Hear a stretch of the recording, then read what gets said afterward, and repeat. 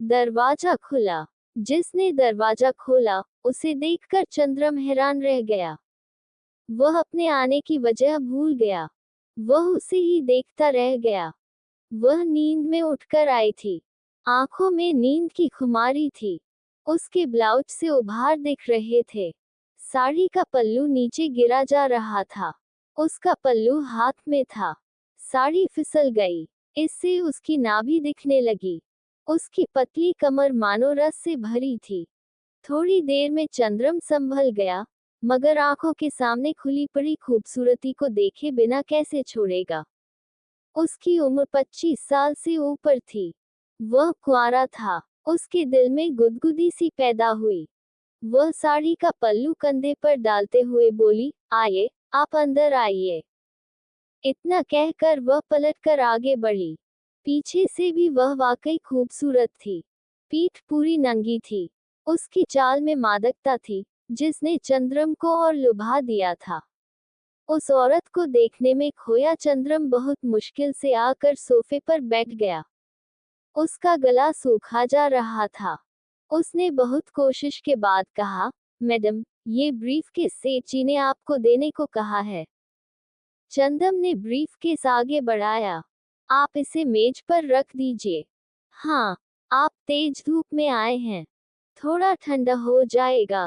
कहते हुए वह साथ वाले कमरे में गई और कुछ देर बाद पानी की बोतल, 2 कोल्ड ड्रिंक ले आए और चंद्रम के सामने वाले सोफे पर बैठ गई। चंद्रम पानी की बोतल उठाकर सारा पानी गटागट पी गया। वह औरत कोल्ड ड्रिंक की बोतल खोलने के लिए मेज के नीचे रखे ओपनर को लेने के लिए झुकी, तो फिर उसका पल्लू गिर गया और उभार दिख गए। चंद्रम की नजर वहीं अटक गई। उस औरत ने ओपनर से कोल्ड ड्रिंक खोली।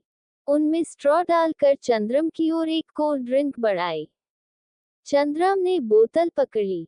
उसकी उंगलियां उस औरत की नाजुक उंगलियों से छू गईं। चंद्रम को जैसे कट सा लगा। उस औरत के जादू और मादकता ने चंद्रम को घायल कर दिया था। वह खुद को काबू में न रख सका और उस औरत यानी अपनी सेठानी से लिपट गया। इसके बाद चंद्रम का सेठ उसे रोजाना दोपहर को अपने घर ब्रीफकेस देकर भेजता था। चंद्रम मालकिन को ब्रीफकेस सौंपता और उसके साथ खुशी खुशी हमबिस्तरी करता। बाद में कुछ खा पी कर दुकान पर लौट आता। इस तरह 4 महीने बीत गए। एक दोपहर को चंद्रम ब्रीफकेस लेकर सेठ के घर आया और कालबेल बजाई, पर घर का दरवाजा नहीं खुला। वह घंटी बजाता रहा। 10 मिनट के बाद दरवाजा खुला। दरवाजे पर उसकी सेठानी खड़ी थी, पर एक आम घरेलू औरत जैसी। आंचल ओढ़कर, घूंघट डालकर। उसने चंद्रम को बाहर ही खड़े रखा और कहा, चंद्रम, मुझे माफ करो। हमारे संबंध बनाने की बात सेठ जी तक पहुंच गई है।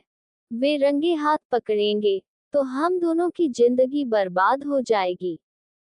हमारी भलाई अब इसी में है कि हम चुपचाप अलग हो जाएं।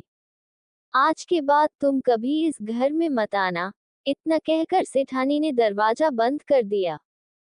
चंद्रम मानो किसी खाई में गिर गया। वह तो ये सपना देख रहा था कि करोड़पति सेठ की तीसरी पत्नी बाहों में होगी। बूढ़े सेठ की मौत के बाद वह इस घर का मालिक बनेगा। मगर उसका सपना ताश के पत्तों के महल की तरह तेज हवा से उड़ गया। ऊपर से यह डर सता रहा था कि कहीं सेठ उसे नौकरी से तो नहीं निकाल देगा। वह दुकान की ओर चल दिया।